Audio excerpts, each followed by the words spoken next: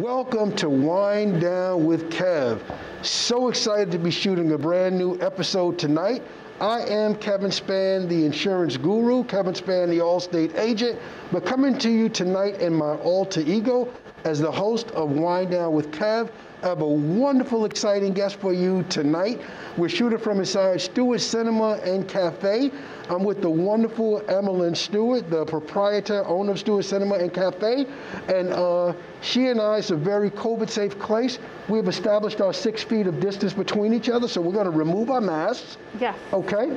Okay. So you can see our guests. And Emelyn, I'm going to let you introduce yourself to the people, and I'm going to pour us a glass of wine. Okay? Oh, so that sounds tell wonderful. the people who you are. Well, welcome. I am Emelyn Stuart. I am the owner of Stuart Cinema and Cafe, located here in Greenpoint, Brooklyn. I'm the founder of October Film Festival and executive producer of some film and TV projects. So happy to have you here. Beautiful, beautiful. An excuse for me to have a drink? Absolutely, absolutely. So, Emelyn, you did a good job of giving the people your business resume, but there's so much more to you on the personal side. Yeah. So I'm gonna give you another chance at a first impression, and I need you to tell the people about your beautiful family. We talked about your wonderful teenagers, so really get to let them know you as a person. Wow, okay. Well, I just turned 50, joined the 50-50 Club. Well, no, that's not the 50-50 Club. It's the Way Too Fly to Be 50 Club, and you're way too fly to be 50. Way too fly to be 50, so welcome to the club. Okay, well, y'all know when you hear me say that, I got it from Kevin. I didn't just make it up. I got it from Kevin. Way too fly 50 to be 50. Way too fly to be 50. Way too fly to be 50. Yes. And so I have 2 teenagers. My daughter is going to be 16 in a couple of weeks. My son's 17. Will be 18 in August. Outstanding. Yeah. Beautiful, beautiful, beautiful. So before we started, we had a wonderful conversation about this 16th birthday event that your daughter has planned. She has you going on this really incredible adventure. Talk about it. So yeah, originally we were going to do her sweet 16 sort of birthday. We were going to celebrate in Italy with mom, and we were going to travel, and that's out. So I said to her, whatever you want to do, wherever you want to go, remind me to never say that again. Right? Whatever you want to do, whatever you want to do. So we are headed to do some zip lining and bungee jumping and skydiving and bike riding, and we're bike riding on the water. And so she has this whole sort of adventurous thing planned, and I'm going to come back and need a vacation. So Emelyn, my heart is dropping. I feel like I'm on a roller coaster right now. I struggle with heights. And we're going to Busch Gardens. Oh my God. So now you're going to do the whole thing, and you're riding through the whole parkway up there? Yeah. Have you ever skydived before? No. Has your daughter ever done it before? No. But you have raised an incredible daughter that she would think is something so adventurous, and it speaks volume about you that you'd be willing to take such a courageous trip. Yeah, that was before I knew what we were doing. But now it's too late, so now I've got to go forward with it. But you know, I want to be. We have them for such little time when you think about it, right? I mean, you know, your kids are absolutely grown. I have totally grown ones. grown. I have a 16, soon to be 17-year-old too. So these moments are precious, and I think the most important thing to do is to create special memories that they never will forget. And I'm not going on a trip, but I'll never forget this. This is there's levels of amazement. So that's definitely amazing. So we know that the 16-year-old is adventurous, and we talked about your 17-year-old. You said he's more of a gamer. He is into video gaming, and he was the inspiration behind our video gaming sessions here in the theater. Okay. Where teenagers are able to come in with their own controllers, hook up to our system, and play Super Smash Brothers on our big screen. And so he supervises that. Wow. And so, so it gives him a sense of responsibility, but also he gets to do something he loves and gives the players tips and stuff. So it's, and a couple of years ago, I took him to the Video Gaming Awards. Okay. That made me Mother of the Year, for sure. Okay, this is, it's not the quantity, but the quality of things that you do that's unforgettable. So years ago, I read a book, 7 Habits of Highly Effective People, Stephen Covey. Yes. And he talked about roles and goals. And he did that exercise I'm sure you've seen in business meetings where you put the big things in first. Yes. And as long as you do the major things for the kids, for our significant others, if you do that first, then you can get all the other little things done around as long as you make them feel special. And certainly you've gotten that done, and you're continuing to do it with your kids. I gotta tell you, when they were little, I did a lot of traveling. Early in your career, I was in LA and Atlanta. I was in a reality show, so I was traveling back and forth. And I used to worry because they had a nanny, and I thought, oh my God, my kids, they're gonna grow up and be screwed up because I'm always gone and I'm running around.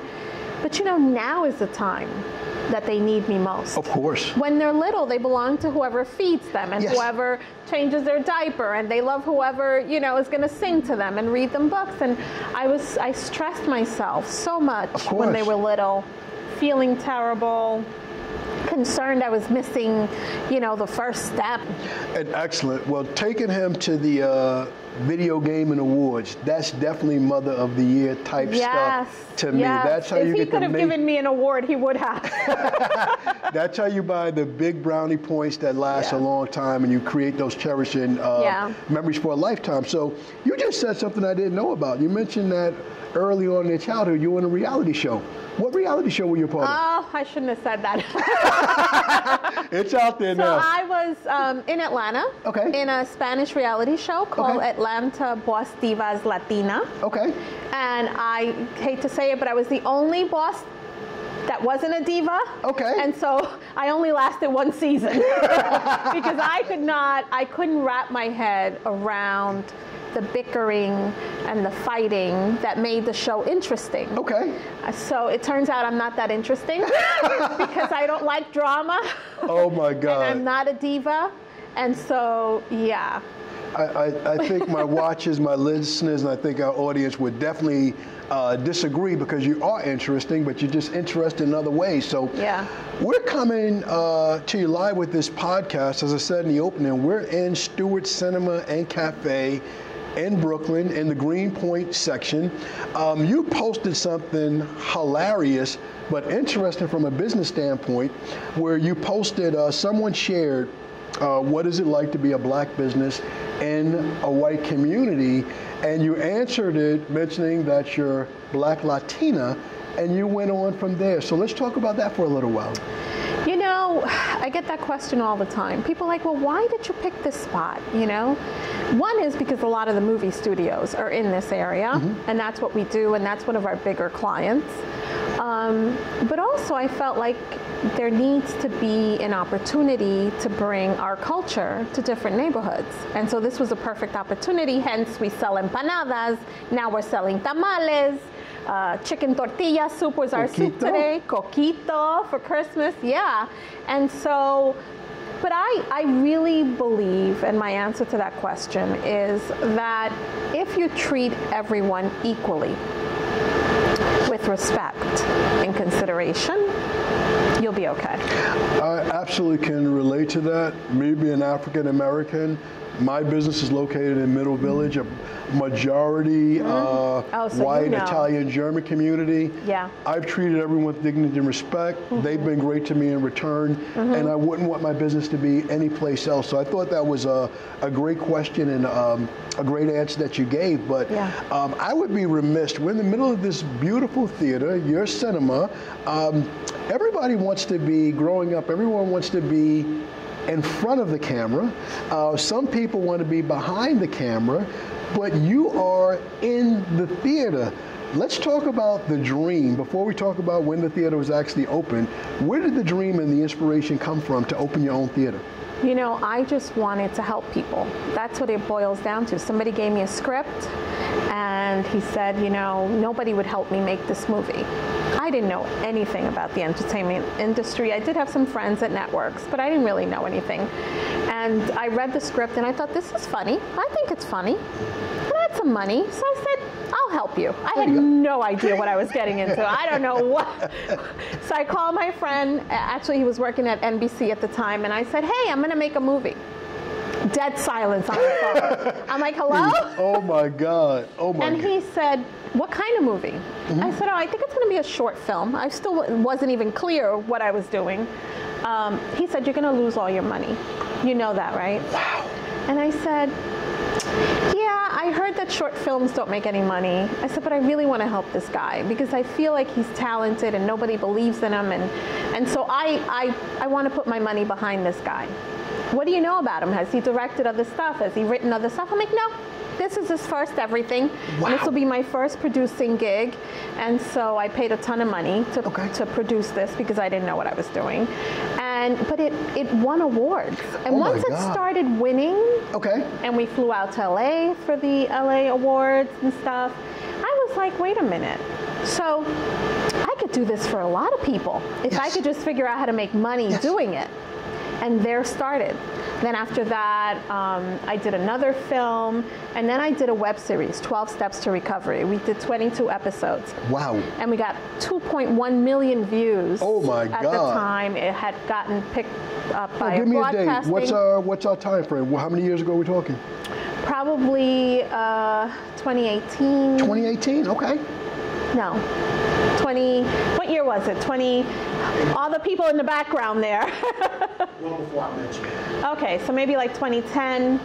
Yeah, it's been so many things, but yes. So maybe like 2010, and I didn't really know a lot. I just knew that this was another great project that I read, and I thought this should be a TV series. This is wonderful. So we started the whole web series route, and that won a bunch of awards. I won Best Producer for it and all this stuff. And I was like, okay.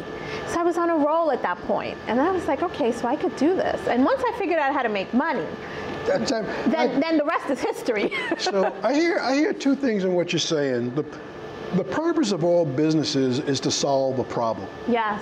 Whatever that is, the idea of a business is to solve a problem. Yes. You saw a person with a great script that didn't know how to produce it. So for the audience and for me as well, by definition, what is a producer? Is the producer the one that solely finances a movie project? Or does the producer go out and get other sponsors in the movie, the money that it takes to produce it? So there are many different kinds of producers. We only normally see producers and executive producers, but producers could do a lot of things. They can be the people who bring the talent. Okay. And they would get a producer credit. They could be the person that finds the financing. Normally people who provide financing or find financing are called executive producers, but that could be given to anyone who's made a major contribution to the film. Sometimes you'll see the lead actors are also executive producers. Yes. Which means they've put in some money or they did something major to help the film to be made. So in my case, most times I was the investor and also the person running the business aspect of the film or the project.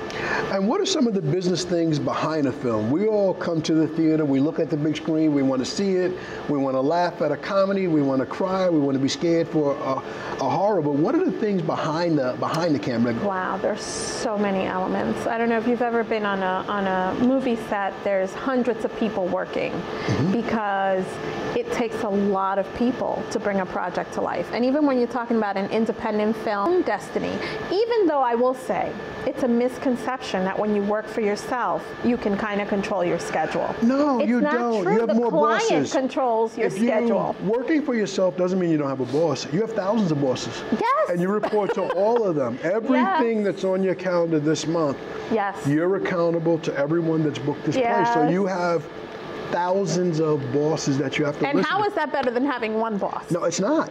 It's not. It's demanding. But we don't know that. I'm going to catch a B-roll. I'm letting y'all talk. Okay. Just tell me when. Okay. Okay. Where we were talking about definition of a producer, so I'm going to segue now into another area. So let me see where I'm at. Okay. All right. So we're talking about producing movies. You're pursuing your passion, and there's nothing greater than pursuing your passion. But your love for movies, tell me, it has to come from a place where you just love movies. So top 3 movies all time. I got to tell you that it's a misconception about the movies. You know what I love? What's that? Making money. Making money. So it wasn't about the movies. It was about the movies money. is the product. Okay. Right? It was about not just money, but power and the ability to control the narrative. Okay. Right? And so I don't even watch that many movies but I'm a person who loves the arts in general, who understands the struggle of the artist. And so for me, that really has always been sort of, and I say this all the time, I'm just a businesswoman who loves the arts. Okay, so let's go there. So I was going to say, I'd heard a long time ago, there was a Harvard study that said they studied a group of students that pursued money, the high-end careers we've all heard of, the doctor, lawyer, so on and so forth. And they also studied another group of students that pursued their passions. Yeah. 20 years later, the people that pursued their passions were both happier and wealthier. Yes. So when you say you're pursuing the money, not necessarily the money per se. Got it. Right. But just the ability. Because we know we're not really able to help people from a position of poverty. No. You know that, right? Absolutely. And so it's not so much about making money as it is about having the ability to control what happens with money. Yes. Right? We can make it and still not be able to control it. Yes. Right? So there's this, and I can take you for days into that whole situation. No, but it's good though, because when you use power, I take that to mean being impactful. Absolutely. The money that you can make by helping, bad set of words, starving artists learn how to make money. Yes. That's powerful and that's empowering and that's fulfilling. So I know that's one of your driving forces, but certainly I thought there was a love of movies behind it. There isn't that 1, 2, or 3 movies that's... You know, because I love filmmakers, and because I think they all, even the worst movie, has something good in it. Okay. I'm going to refrain from answering that question. I got it. You've made a lot of friends in the business, and if you give me the 1, 2, 3, 4, 5, and 6. Why didn't she say my movie? Why didn't you say it? I thought you loved my movie. I got it. You're also helping short film makers. Yeah. So I get it. We'll take that question back. Okay. You produce one movie. You produce several movies after that. And then you start the October Film Fest. Yes. Talk to me about that. So part of the whole process of being an independent filmmaker and being a filmmaker, period, is you have to go to these film festivals, whether it's Sundance or a smaller festival. And so you go around, and that's sort of the way you promote your film, right? With the idea that hopefully it'll be picked up or purchased, or you'll just grow your fan base, whatever it is. Film festivals are really necessary. And so I was traveling to all of these film festivals by myself. And the first problem I discovered is that I didn't know where to go. There's nobody guiding me. I didn't know anyone at the time. This was early on. And I thought, so no one is gonna introduce me to anyone? No one's gonna, no. They would show my film and send me home. And there would be events, and I would have to go and work the room, and thankfully I could do that, but I was and I would see other women sort of standing to the side, and just some filmmakers who are more introvert and kept to themselves. It was a pointless situation. They weren't really making any connections, they weren't networking, and because also the environments that are created are not conducive for that. And I went to and this was sort of the icing for me. I went to a film festival and I screened my movie along with other filmmakers, and my movie was terrible. Kevin, when I tell you, compared to these other films that screen on my block time, it was horrible. Wow. And I thought, why am I here? I wanted the earth to swallow me, but it didn't.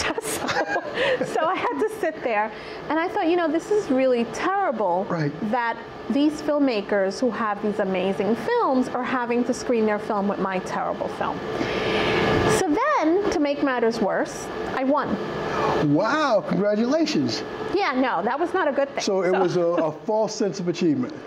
So what I discovered is that film festivals are very political, and I was chosen because I was giving money to the festival, because I was a producer, because I was an investor. It's a pay-to-play world, I understand. Right, exactly. And I thought, this is not right. I had to walk past all these amazing filmmakers to pick up my award. And had to then walk back to my back to my seat. And I thought, this is not right. Wow. But then I discovered that a lot of film festivals are this way, because it is a money-making machine, right? And so you have to honor the people who give you money. Right. The sponsors need to get shout-outs and special things so they get their movies put in. And also all of these like issues that I thought were wrong. Right. So on my way back to New York on the plane, I said, I'm going to just start my own film festival that's clean.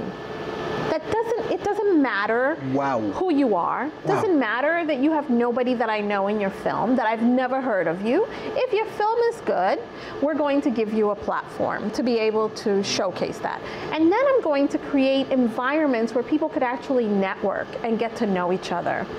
And so that's what I did. And so the festival has been a place where people come to learn, to get resources, to network. We are good at that. Women who come by themselves. And I know every filmmaker by name. And every year I am at the festival every single day. There are festivals I've never met the owners, I never met the founders. I don't know who they are. And we're sitting here. This is International Women's Day as we sit and as we record this. That, Emelyn, to me is the definition of power. Yeah. Because you are now making the rules. You're not playing by anyone else's rules. As a man, I can see it and honestly say that's probably why men are afraid for women to be in power, because you're going to disregard the old structure and build your own way of doing business from your heart. And you've done it. It's not just the fear that you might do it. You've actually done it. And I think that's amazing. Yeah, but that's what women bring to the table in leadership. We bring an element of compassion, right, of empathy. We are solving problems that don't necessarily generate money, but are good for society. Yes. And are good for children and are good for families, right? And so those are the things that we do. And that's why we need more women in power. Without any question, I think I shared with you that I'm from a family of 7.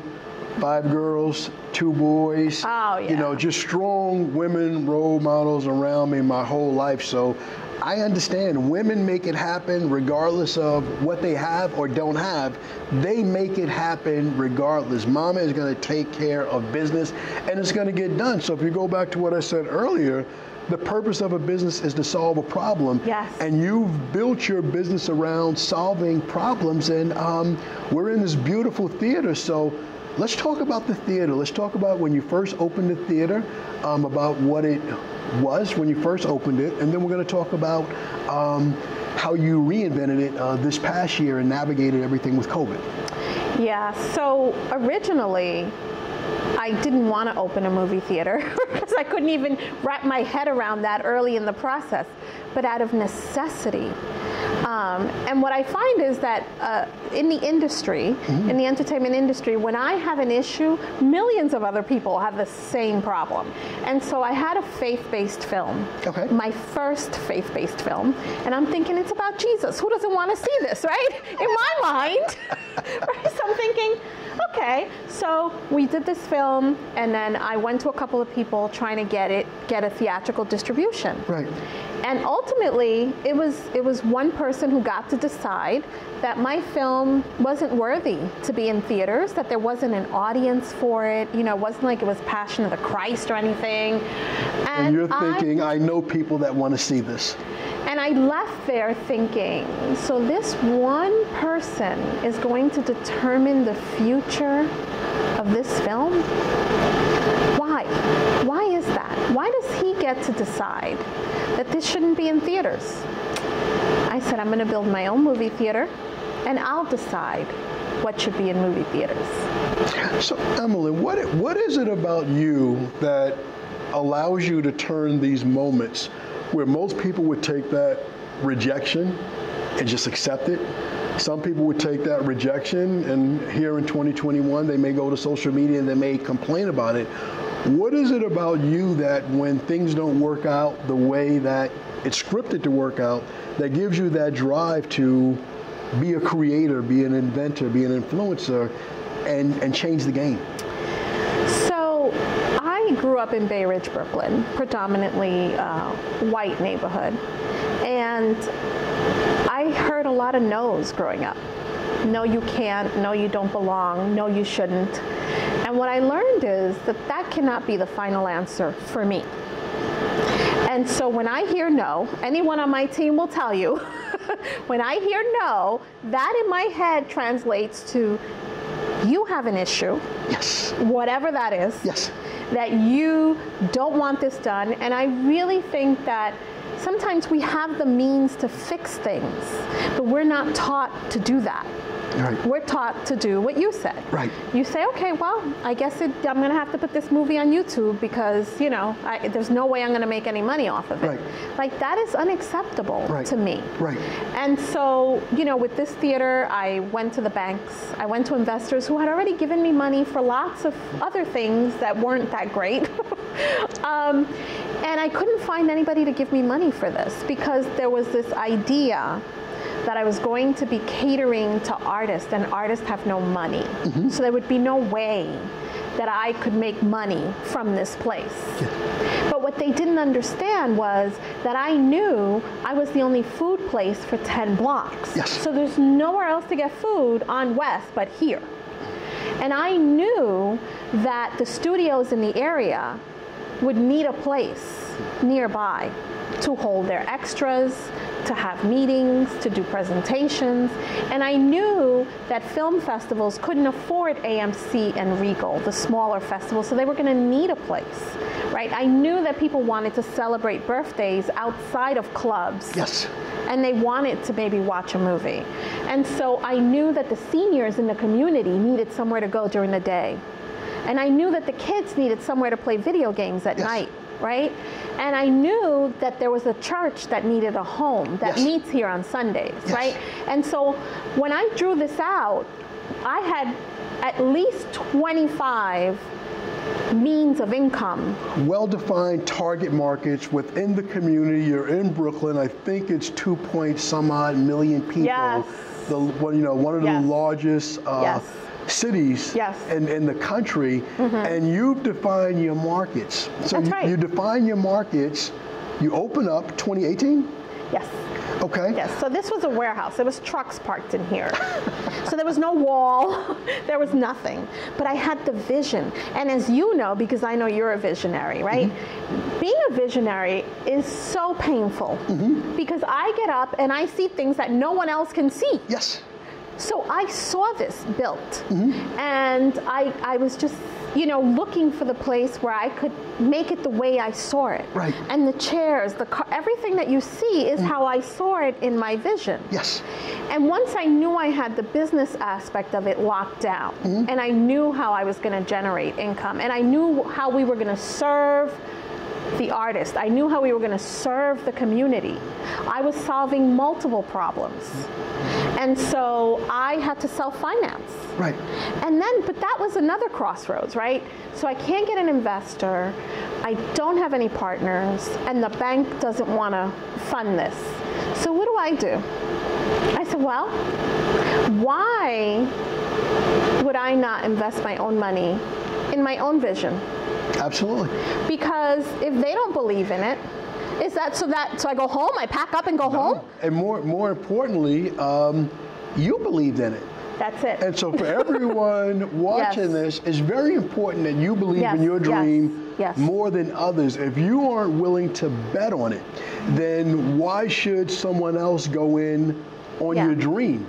Some people will stop, I'll come to you, Emelyn, I've got a great idea. The only thing I need to get started is $1,000 from you. And you're going to be like, well, Kevin, what are you putting in on it? You have got to have, and that's the one secret that people you have to have skin in the game. You have to. And even if it's a little bit of skin. It's yours. Even if it's $200. It's yours. You have had to make an investment in what you believe in before other people would come on board. And that really is what I did. So I liquidated all of my assets and bet all of my money on me. Who else would you bet on? I had been betting on a lot of people. Every time that you buy a shirt, with a brand. Yes. You're investing in that brand. Absolutely. Every time you eat somewhere, you're investing in that place. Absolutely. But yet something about that, we can't invest in ourselves. Yes. In what we see for ourselves. People will design clothes and not want to spend the money that it takes to promote that clothing line, right? But we'll spend thousands of dollars on somebody else's brand, sneakers, you know, you name it. Whatever it might be. Yes. Whatever it might be, you're giving incredible wisdom. So we're talking about you in the theater. We're talking about you opening this. I want to stay in the theater before I go to my next place. So one of the things that made you solid in your foundation, knowing that you had a market, is that if you're watching this, you can see that we're in a lovely theater. What the viewer can't see yet is the wonderful store that you have out front with the wonderful food, the wings, the empanadas, and all of the variety of things that we have. It's wonderful because you married two things. You married the need for food. There's an audience here that needs to get breakfast, lunch, and an early dinner. And so you have that as the attraction. And then you've served the community by having the theater and for all the events that you talked about. It's 2018, 2019. You and I met in the beginning of 2020. We were on the set of both our mutual good friend Dre's House radio show. That's right. We did Dre's House radio show, and that was January of 2020. And 2 months later, the world as we know it came to a screeching halt.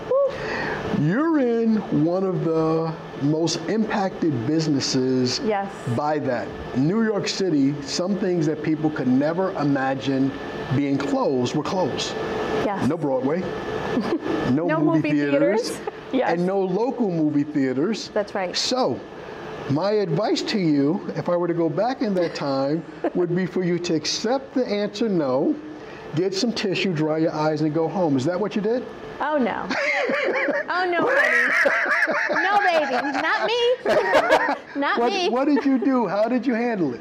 So, the first thing was to figure out what people needed.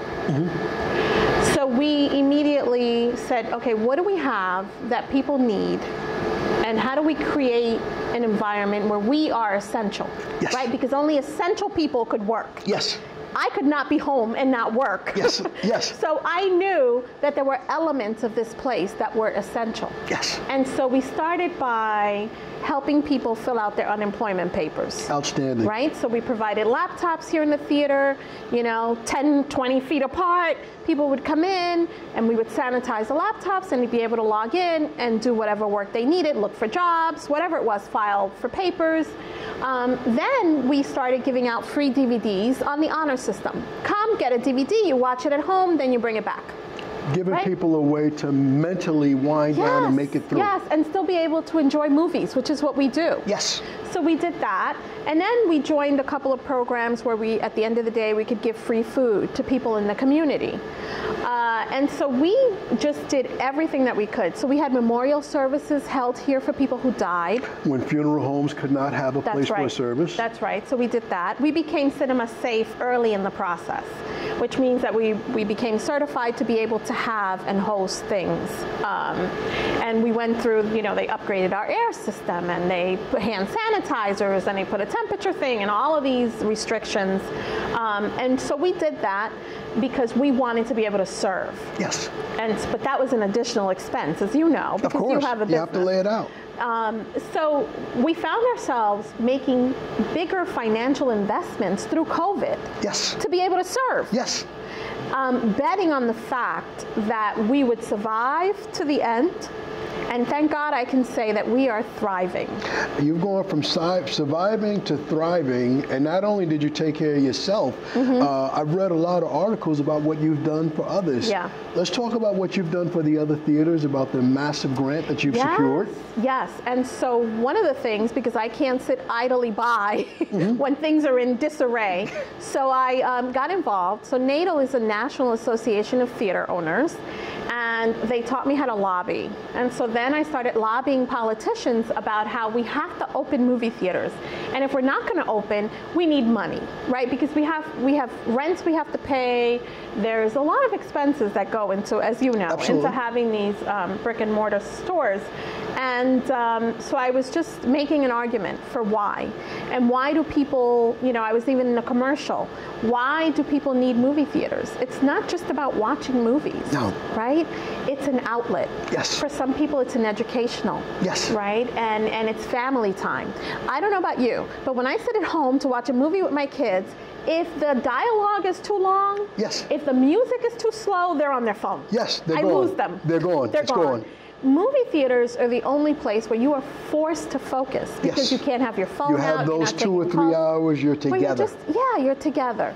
And so I started to just make arguments about how this is important. And then there's the aspect of how studios can't really make the money they used to make if they can't get theatrical distribution. That's where the bulk of the money is made for the big films. Right.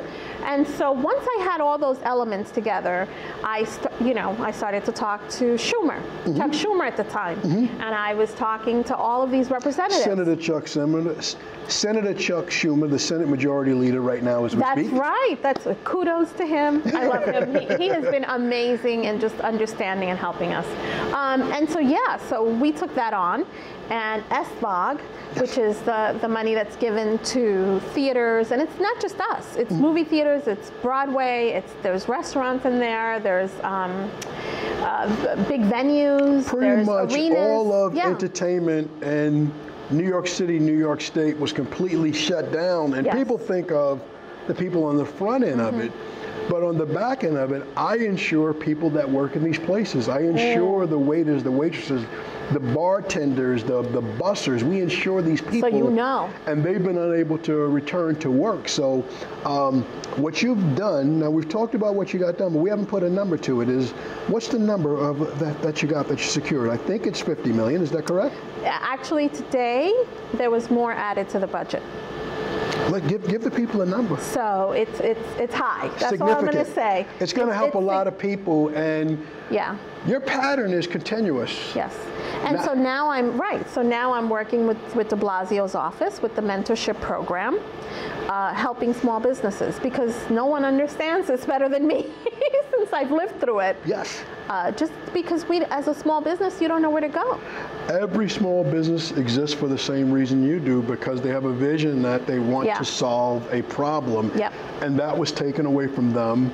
Their staff, whether it's 1 person or 10 people, it was all taken away. And small businesses, I don't want to put a percentage to it, but we employ the majority of America. Most Americans work for small companies, not for big ones. So people don't realize that. No, it's small businesses, it's local businesses, people that can get to work that may not have transportation to drive very far. Yeah. It's all very, very connected. So kudos to you for what you've done for others, what you've done for others. Great example of just servant leadership, constantly doing for others. And forget about it, what's going to happen for you because you've done that for others. So this is the question I was fighting off that I put off till later. With all that we've talked about with movies and producing and financing, you've talked a lot about financing and investing and your personal investment.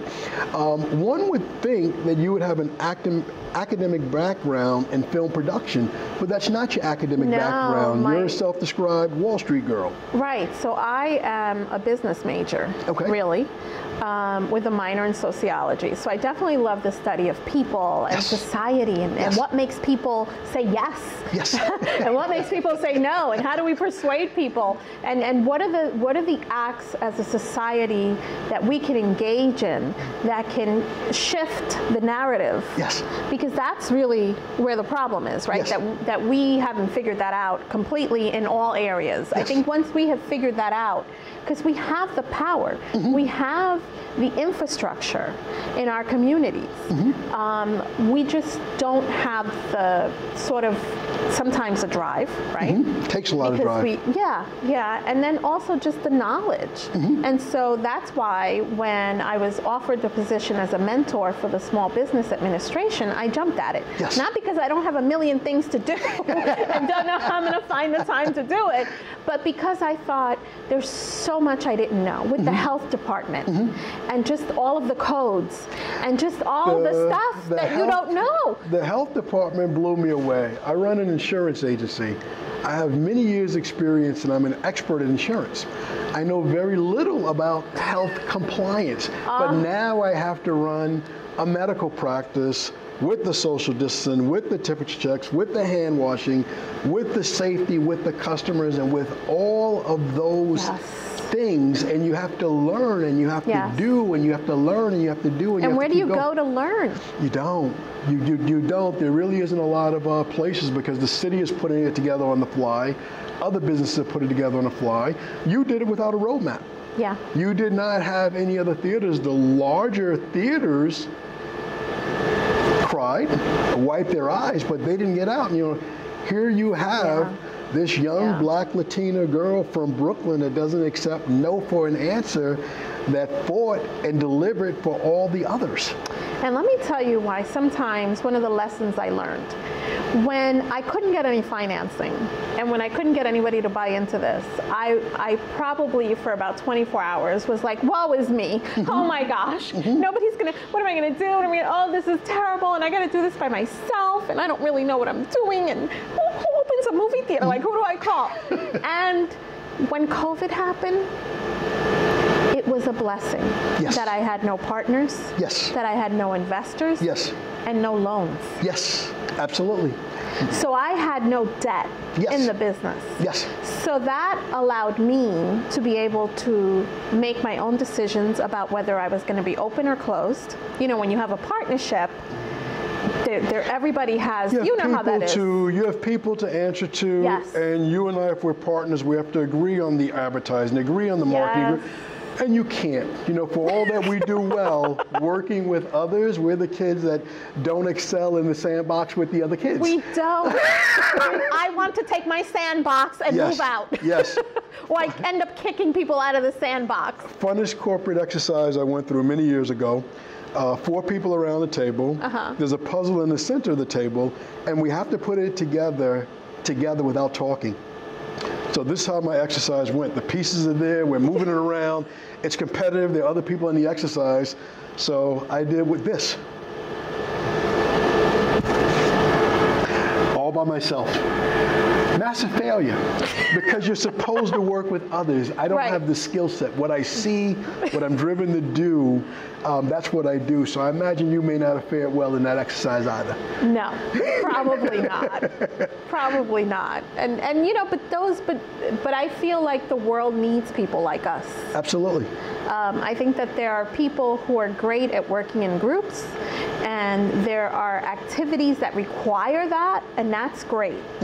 But I think when you are sort of swimming upstream, you end up having to carry those people with you. And the boat is full, and you're rowing, but it's heavier, You still have to keep going. That's right. So sometimes I think to be by myself on the boat is lighter. I can just row. You can just get it done, and then you can say, okay, guys, we're here. All right, come on over. So I've opened the path. Come on. You know, I found the way to the end. So, Emelyn, I would be remiss if I didn't talk about, I talked about us meeting a year ago, Dre's House radio show. Fast forward until December of last year, you opened up your theater for my family and I to have an amazing those were my favorite events. Theater experience. And I have to tell you, and I have to tell anybody that's listening, the experience.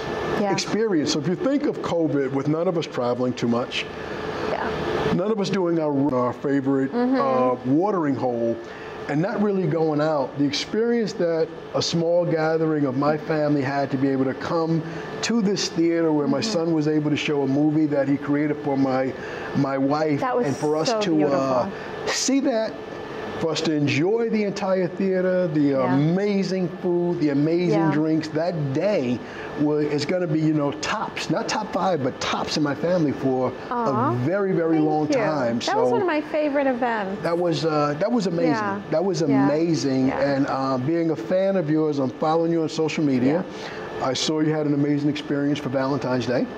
Yes, that was wonderful. Just to have couples be able to come and celebrate Valentine's Day, and they were able to pick whatever movie they wanted to watch. And we gave them wine and candy, and Dre has an amazing hand sanitizer that we gave out as a gift, as we do to many of our sort of event people. We like to give them a little goodie bag on the way out. So yeah, it fills my heart. It's a beautiful thing, and that's empowering. We talk about power, so that's empowering by itself. So, Emelyn, with all that you do, the name of this podcast is Wine Down with Kev. How do you wind down? How do you wind down from being a wife, a mom, an entrepreneur, community service? How do you get down to 0? Well, you know, I was thinking about that the other day. Because I was stressed. And not stressed in like the stress sense, but more like I had so many things to do, and you get overwhelmed.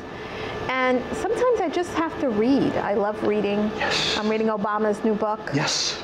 Stacey Abrams has some great books. Yes. Michelle Obama has great books. Yes. I love reading Oprah's books. Yes. Hillary had a great book. A lot of those leaders have amazing books. Tyler Perry has one also. T.D. Jakes called Soar. Amazing books. Now, you read in hard copy? I'm an Audible person. I listen to a book a week on Audible. So I still love books. Okay, turning the pages. Because I like highlighting and going back. Every book to me is like a reference guide, right? Okay. But due to lack of time, I've had to resort to listening. And now I'm like still writing notes, and I'm listening, and I got to go find where he said that before.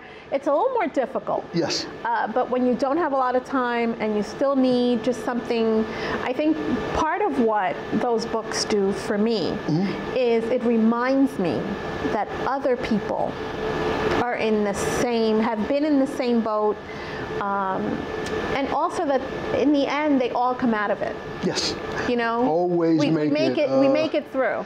Obama's journey to the presidency was not easy.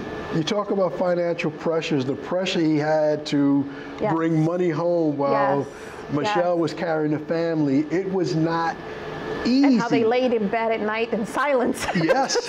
It's not easy. The end of the game looks good, but there's a part of the book where he wants to run for office again, and she's asking him, that's all ambitious and great, but we have student loans, we have a mortgage, we have kids that are going to attend school. How are we going to pay for this? He says, well, I am working on a book. He said, okay, so we're going to feed the family with another dream of yours. Another dream is going to put food on the table. None of it's easy. None of it's easy. So I read those books you're talking about right now. I'm listening to. So reading is definitely it definitely takes you away. Yeah. It takes you away, and you get to hear someone else's backstory, and you get away from it. So that's a good one. Because we get so caught up in our own story.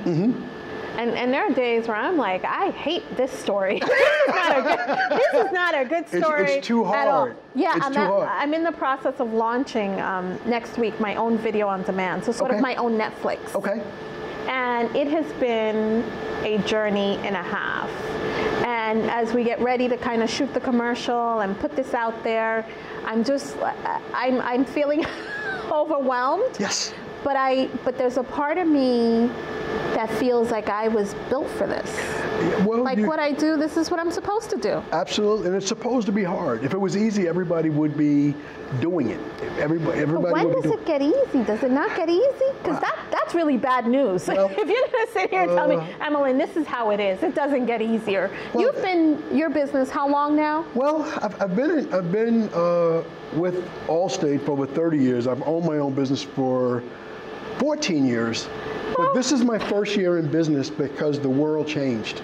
So I'm a brand new employee at my business. I have zero experience in running a business in a digital world. So today was my first day, and tomorrow will be my first day again. So I'll have to learn again, and I have to approach it that way so I don't rely on my old ways of doing business. I have in-office staff, I have remote staff, I have customers that are adjusting. Yeah. So you have to, it has to be the first day over and over and over again, and it's never stale, and I'm very passionate about what I'm doing, so that's what keeps me going. Yeah. It's exhausting though. It's always exhausting, but I pray to be this exhausted. It's very, very fulfilling. It's a gift, right? To be It's exhausted. very, Somebody reminded very, me the other day. Yeah, I want to die empty. I don't want to carry any bags. I don't want any boxes that I didn't open. I want it all to be done. I want it all to be done. So that's my goal, to finish it all while I'm here and while I can. But I wanted to come back. We've talked a lot about what you have going. Yeah. What's next for Stuart Cinema, and what's next for Emelyn Stuart? So we're launching our own, like I said, our own sort of Netflix for the cinema, and this will allow us to show films in the theater or at home for the like you said, the new population that's not coming back to theaters. We wanted to make sure that we had our foot in that market. So that's what the on-demand is going to do for us. It's also going to allow me to create a distribution deal for filmmakers. Outstanding. So that they'll be able to have maybe a one-week run in the theater and then go right to video on demand, and then we're going to try to partner with other theaters to do like a major distribution deal. And for anybody that missed that, and to make sure I understand, by you having a distribution deal for filmmakers, that means I come to you with a film, you can get it distributed, and I can make some money from my pockets. That's right. That's the point. Good. That is absolutely the point. And also the great thing about this platform I'm launching is that 10% of the money made from the platform is going to go back to community programs. So people will be able to use the theater for free. So I'll be able to open it up to communities, but also like our seniors will be able to watch movies for free, and the kids will be able to do things. We can't really fund that unless we have some other source. So you're creating a whole revenue stream. That's right. Giving back to the community is everything, and when that's your purpose, when we talk about money as a driver, my financial driver is to get more so I can give more. That's right. Because there's so much giving that needs to be done. No matter what we have individually, we don't have enough to afford to be able to solve major problems, things that keep us up at night that really, really bother us. Yes, and beyond that, I want to build a second, so Stuart Cinema 2. Okay. So I'm looking around just to see what a good location would be for that. But ultimately, I want to open a school for artists, a business school. A business school for artists. What would you teach there? How do they make money? Yes. How do they put themselves in a situation where they can create more projects, right? Because for artists, creating is just so they can create more. Yes. It's never just I'm going to create this and that's it, right? It's I'm going to make this movie so I can make a bigger movie, so I can make another movie. But what happens is they make that first movie and don't make any money from it. So making the second one becomes even more difficult, right? Because a lot of them are carrying debt from the first movie. And so to be able to open those doors. And, you know, who knows? Maybe in the future I see my own TV channel, my own, you know, cable network. We'll see. I love it. Yeah. I love it. I love it. Okay. I got Dre's really blessings that we wrapped it up. So with that, let's toast to the future success. Yes. Stuart Cafe Cinema, to great things in the future, to the videos on demand, your cable channel, and everything else that you have in mind. Thank you. You see in the future. Enjoy. Thank you. Thanks. This is Wine Down with Kev, signing off.